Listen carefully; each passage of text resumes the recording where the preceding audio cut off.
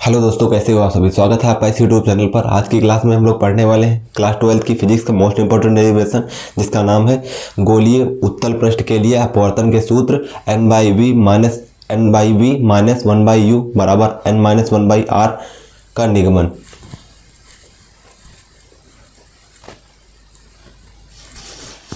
Hello दोस्तों, कैसे हो आप सभी। स्वागत है आपका इस यूट्यूब चैनल पर। आज की क्लास में हम लोग पढ़ेंगे क्लास 12 की फिजिक्स सेकंड का मोस्ट इंपॉर्टेंट डेरिवेशन, जिसका नाम है n/v माइनस 1/u बराबर n-1/r सूत्र का निगमन। है किसके लिए तो बताएंगे, गोलीय उत्तल पृष्ठ के लिए अपवर्तन के सूत्र n/v माइनस 1/u बराबर n-1/r सूत्र का निगमन। तो हेडिंग डाल लेते हैं।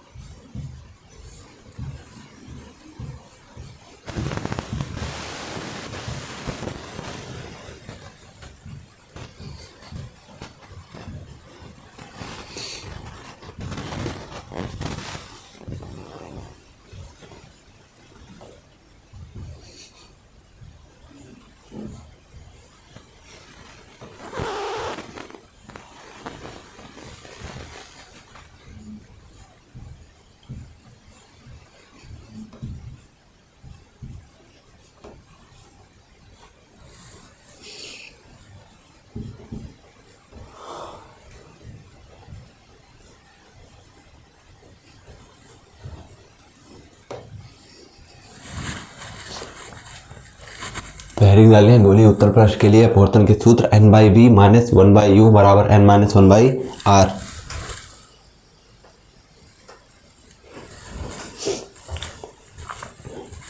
तो अब इसमें बनाएंगे फिगर।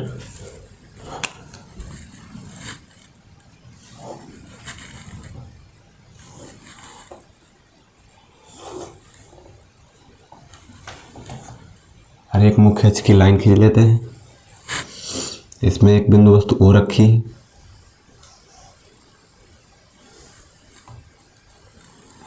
और यहाँ एक अवलंब खींच देते हैं।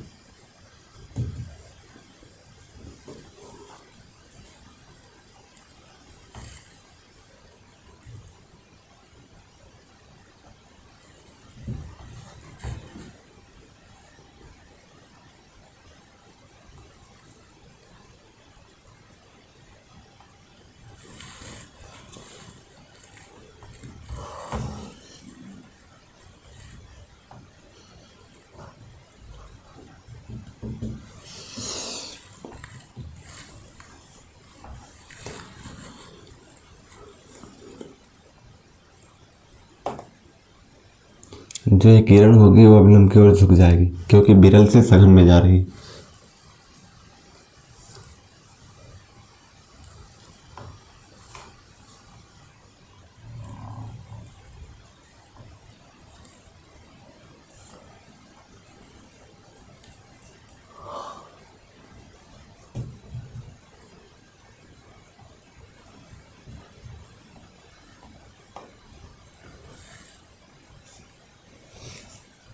आई है।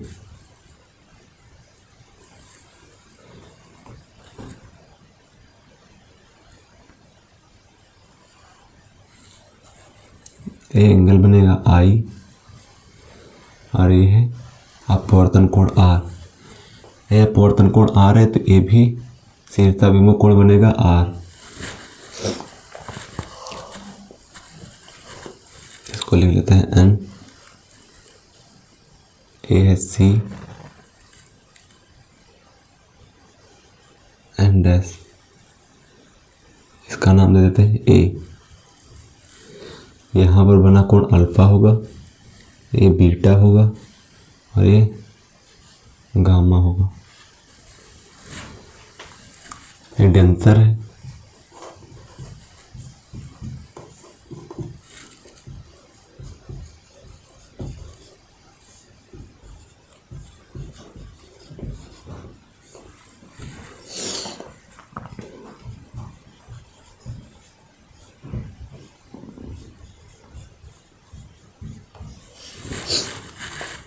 तो इसमें क्या लिखेंगे बताएंगे। माना एक बिंदु वस्तु O है, माना एक बिंदु वस्तु O है,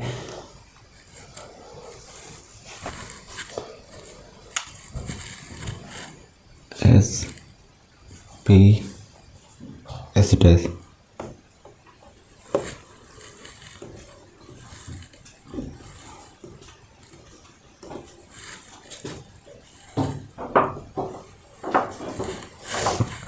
तो इसमें क्या लिखेंगे बताएंगे।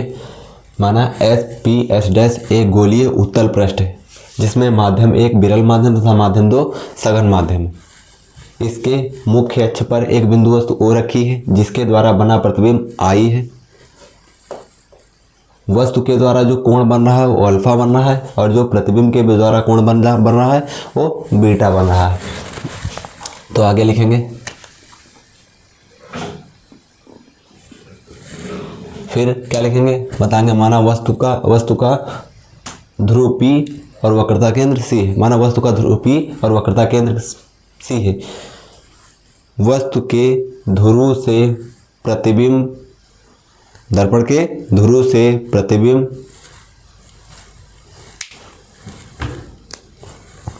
तो इसमें क्या बताएंगे।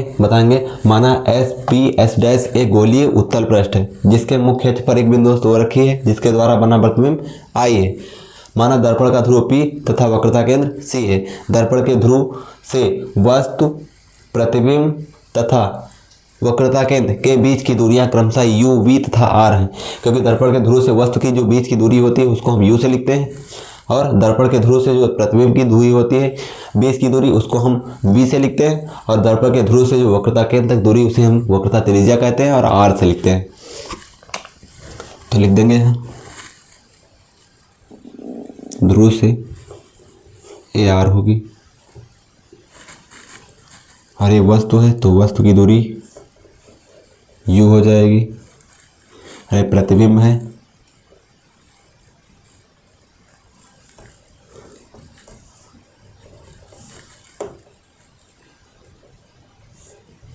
U हो जाएगी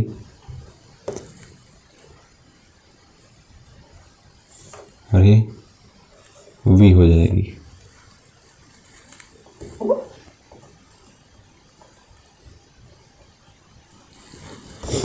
ये पॉजिटिव रहेगी और ये निगेटिव रहेगी। क्यों? क्योंकि लेफ्ट साइड की चतुर्थांश में लेफ्ट साइड की जो दूरियां होंगी, इधर की जो दूरियां होंगी वो निगेटिव होंगी और राइट साइड की जो डिस्टेंस होंगी वो पॉजिटिव होंगी।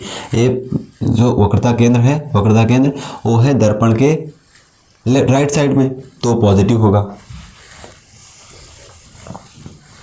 तो इसमें लिखेंगे माना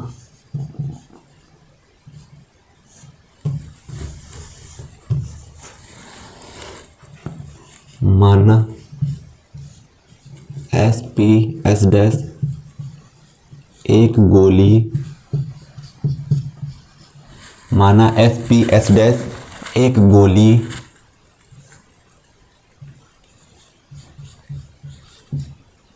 उत्तल पृष्ठ, माना S डैश से गोली उत्तल पृष्ठ है जिसमें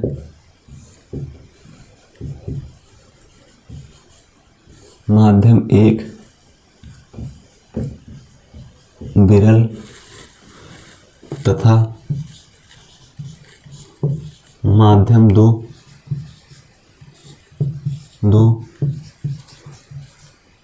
सघन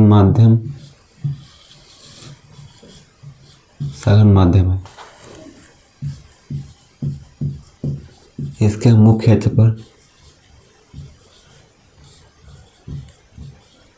पर एक बिंदु वस्तु O रखी है, एक बिंदु वस्तु O रखी है जिसके द्वारा बना प्रतिबिंब जिसके द्वारा बना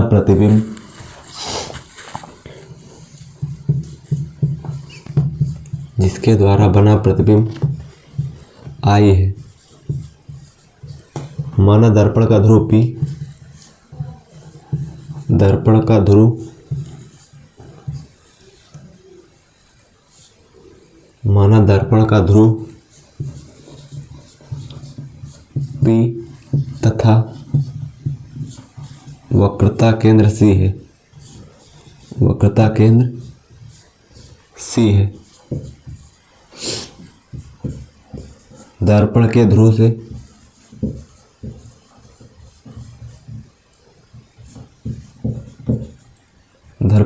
से वस्तु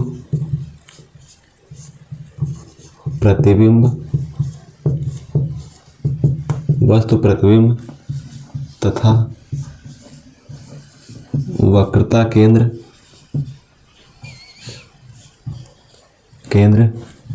के बीच की दूरियां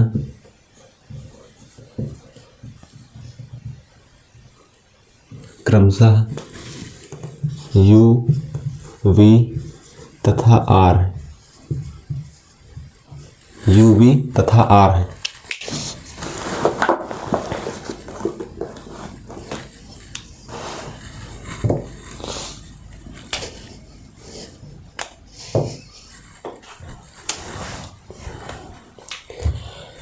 आगे लिखेंगे, देखेंगे जो कोण I है, जो कोण I बना है वो देख रहे हैं कि AOC का बहिष्कोण है। कोण I के कोण AOC का बहिष्कोण है। बहिष्कोण क्या होता है कि अपने सुदूर अंतः कोणों के योग के बराबर होता है। जो बहिष्कोण होता है वो अपने त्रिभुज के अंदर बने सुदूर अंतः कोणों के योग के बराबर होता है। इसमें बना अल्फा और यहाँ पर बना गामा, तो अल्फा प्लस गामा का योग हो जाएगा I के बराबर। तो लिखेंगे कोण I त्रिभुज AOC का बहिष्कोण बहिष्कोण है। तो क्या हो जाएगा, जो I होगा वो बराबर हो जाएगा अल्फा प्लस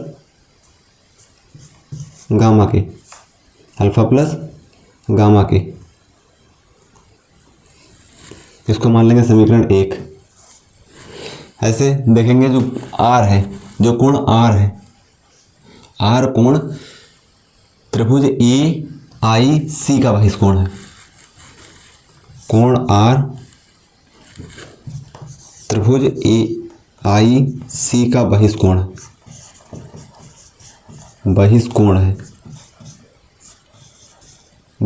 है। तो R बराबर किसके हो जाएगा, R बराबर हो जाएगा बीटा प्लस गामा के। इसको मान लेंगे समीकरण 2। लिखेंगे according to Snell's law.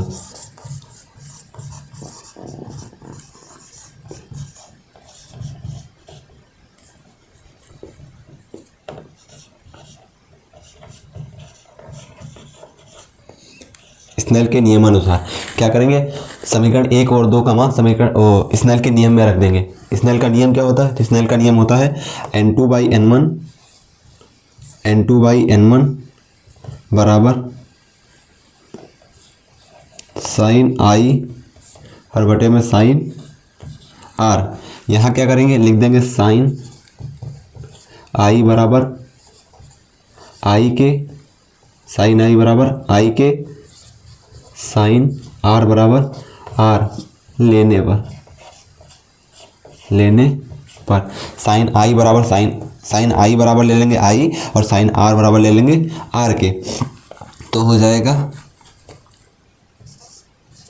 n2/n1 I बटे R। समीकरण 1 और 2 का मान समीकरण मान लेंगे, समीकरण 1 और 2 से मान रखने पर, समीकरण 1 और 2 से इसमें मान रखेंगे तो क्या बनेगा,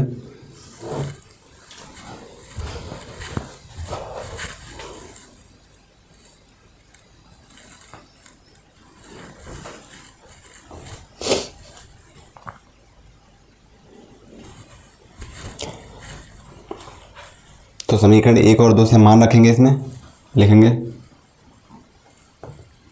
समीकरण 1 व 2 से, समीकरण 1 व 2 से क्या बनेगा, N2/N1 बराबर यहाँ अल्फा आई का मान अल्फा प्लस गामा है, अल्फा प्लस गामा है, और यहाँ बीटा प्लस गामा है।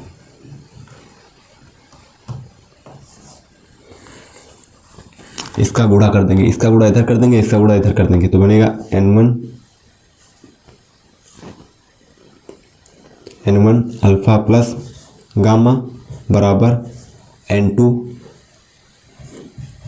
Beta plus gamma. मान लेंगे समीकरण 3। आप क्या करेंगे, आप देखेंगे अल्फा और गामा और बीटा के मान कहाँ से निकलेंगे, तो अल्फा बीटा गामा के मान निकालेंगे। देख रहे हैं अल्फा यहाँ है तो ये त्रिभुज AOC में है, AOP में है, अल्फा कहाँ है,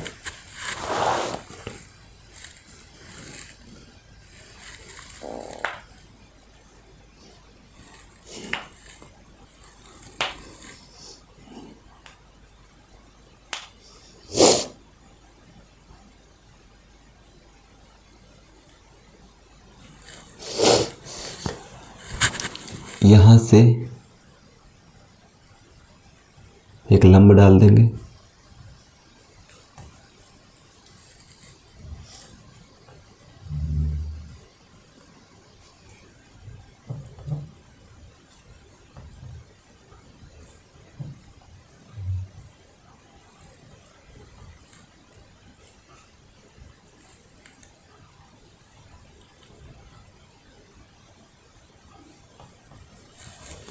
यहाँ लंब डालेंगे, इसका नाम लिख देंगे M,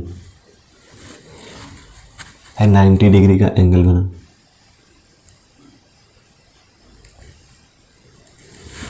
तो देखेंगे जो अल्फा है वो त्रिभुज AOM में आ रहा है, किस में आ रहा है, AOM में आ रहा है, तो लिखेंगे अल्फा त्रिभुज AOM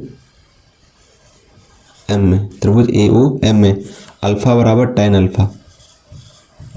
अल्फा लंब बटे आधार होता है, लंब क्या है AM में, लंब है AM, आधार है OM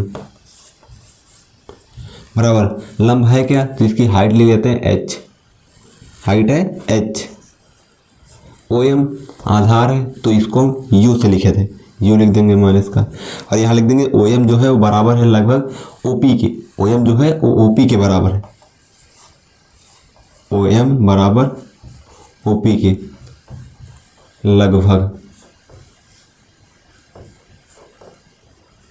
लगभग ऐसे बीटा का मान निकालेंगे तो लिखेंगे त्रिभुज, बीटा किस में आ रहा है, बीटा यहाँ है त्रिभुज AIM में, त्रिभुज AIM में बीटा बराबर tan बीटा का मान कहाँ से निकालेंगे, लंब बटे आधार से, लंब है AM और आधार है IM,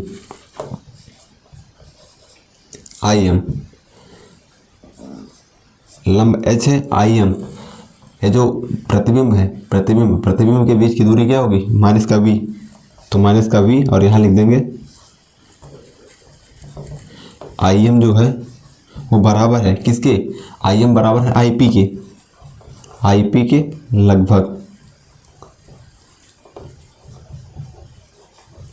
लगभग थर्ड देखेंगे गामा किस में आ रहा है, तो गामा आ रहा है यहाँ पर, लिखेंगे त्रिभुज ACM में, त्रिभुज ACM में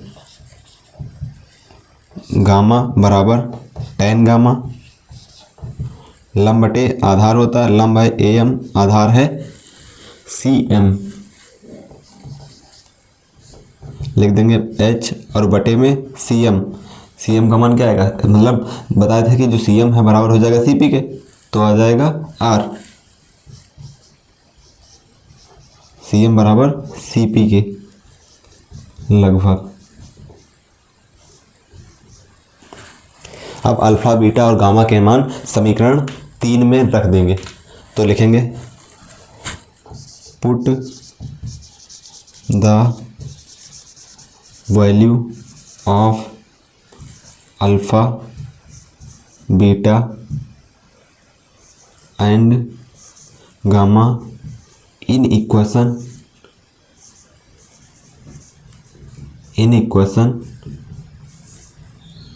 थर्ड। समीकरण 3 में अल्फा बीटा और गामा के मान रखने पर तो रखेंगे, यहाँ लिखा n1 तो n1 लिख देंगे n1, और ब्रैकेट में alpha plus beta, alpha plus gamma है, अल्फा गामा, अल्फा का मान h by minus u, h by minus you,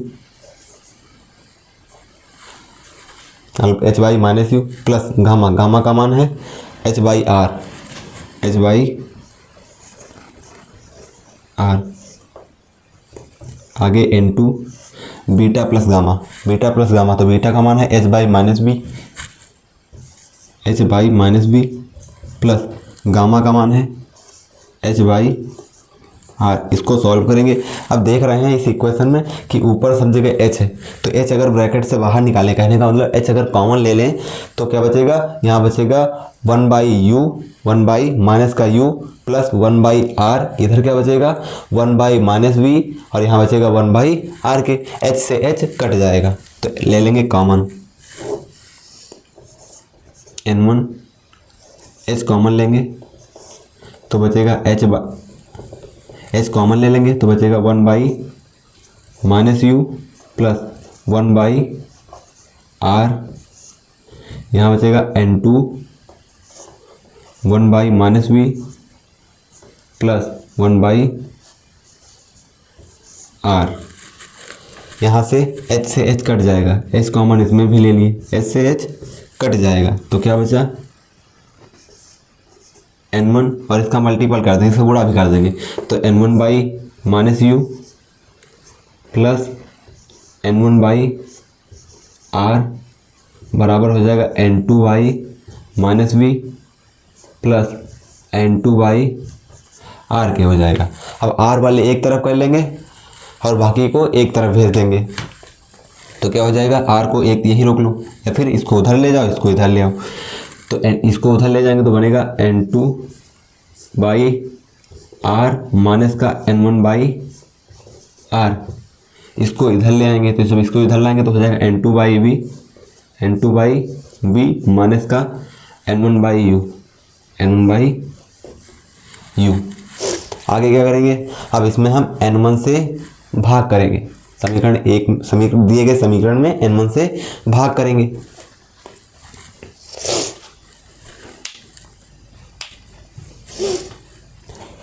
फिर इसमें क्या करेंगे तो इसमें 1 बाई n से गुणा करेंगे, क्या करेंगे तो 1 बाई n1 से गुणा करेंगे,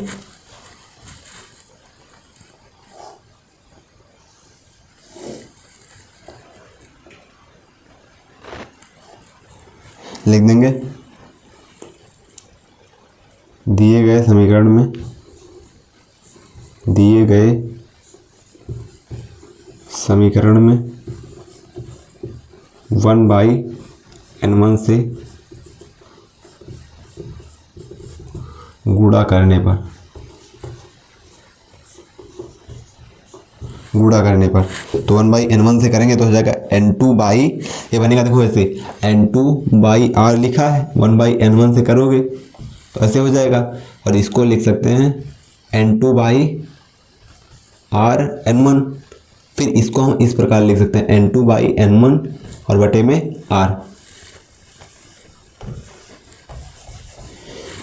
तो लिखेंगे n2 by n1, n2 by n1 और बटे में r, फिर माइनस लगाएंगे, यहाँ लिखेंगे n1 बाई n1 और बटे में r बराबर n2 by n1, n2 by n1 और बटे में v, यहाँ हो जाएगा n1 बाई n1 और बटे में u।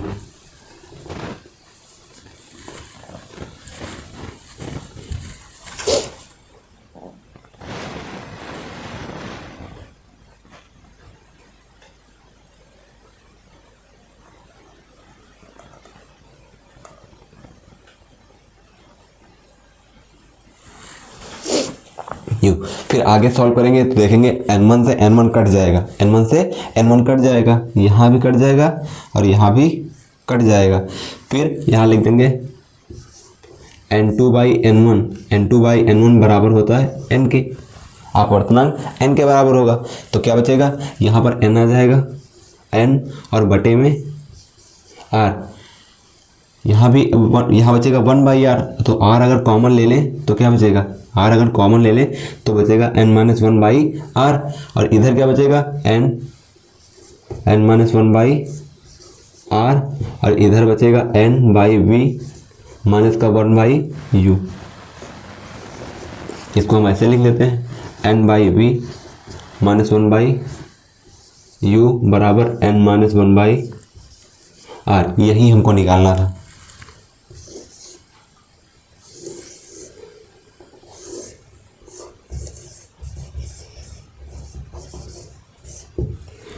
यही प्रूव करना था।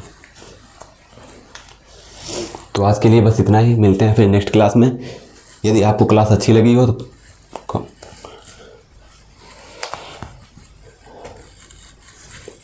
तो आज के लिए बस इतना ही, मिलते हैं फिर नेक्स्ट क्लास में। यदि कोई डाउट हो तो कमेंट सेक्शन में ज़रूर बताएं। चैनल को लाइक करें, सब्सक्राइब करें और कमेंट सेक्शन